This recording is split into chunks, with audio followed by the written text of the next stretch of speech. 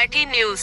आगामी दिग्रस नगरपालिका निवडणुकीच्या पार्श्वभूमीवर शहरात शांतता व सुव्यवस्था राखण्यासाठी आज दिग्रस पोलीस स्टेशनतर्फे रोड मार्च व पथसंचलन करण्यात आले। या पथसंचलनाची सुरुवात दिग्रस पोलीस स्टेशन येथून करण्यात आली। त्यानंतर शहरातील प्रमुख मार्गांवरून रूट मार्च काढण्यात आला।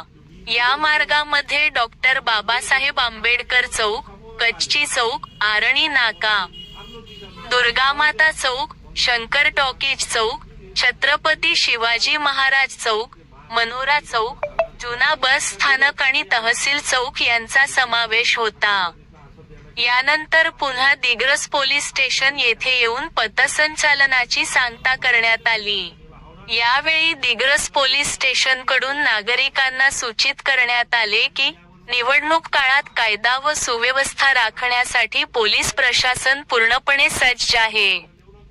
कुठलाही अनुचित प्रकार घडू दिला जाणार नाही आणि अनुचित प्रकार खपवून घेतला जाणार नाही। या संदर्भात दिग्रस पोलीस स्टेशनचे पोलीस निरीक्षक वैजनाथ मुंडे यांनी नागरिकांना शांतता राखण्याचे व निर्भयपणे मतदान करण्याचे आवाहन केले। निरीक्षक वैजनाथ मुंडे, पोलीस स्टेशन दिग्रस, आज माननीय एसडीपीओ पूनम पाटील मॅडम यांच्या नेतृत्वाखाली आगामी स्थानिक स्वराज्य संस्था नगर परिषद दिग्रस ही निवडणूक 2 डिसेंबर रोजी होणार आहे। त्या संदर्भात आज आम्ही शहरातून निवडणूक बंदोबस्त संदर्भाने रूट मार्च घेतला।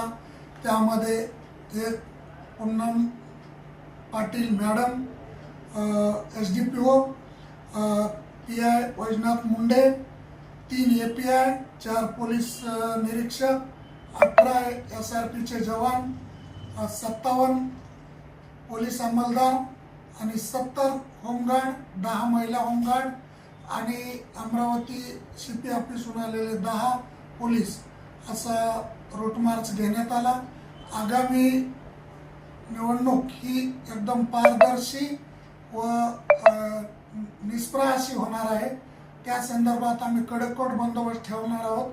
कुठलाही गैरप्रकार होणार नाही याची पोलीस 100% दक्षता घेतील। शहरात निवडणूक शांततेने पार पडेल अशी आम्हाला खात्री आहे।